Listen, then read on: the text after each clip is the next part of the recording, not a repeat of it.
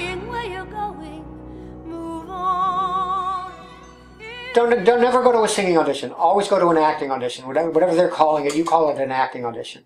And the great singers, that's what they think about. I've heard Bernadette talk about the way she sings, and she says, I don't care. I don't even think about my vocal technique. Some people would say she should think about it more, but I mean, I think she's brilliant. She moves me so much. And what she thinks about is who she's talking to and what she's saying to them and what she wants.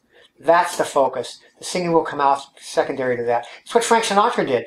And I'll tell you something.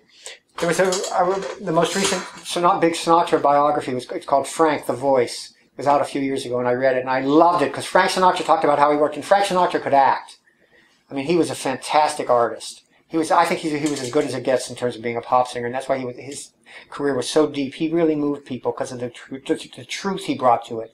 Not the sound of the pyrotechnics or any of that stuff, or the size of his voice. It was the humanity in his singing that moved people, and that still moves people in his recordings.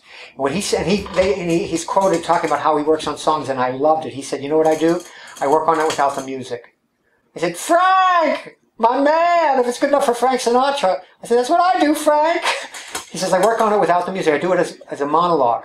I bring it to life that way, and then I start to add the musical elements. I thought, well, there you are. You better lock your door and call the law, because Mac Heath, that bum, he's back in town. Frank, my man.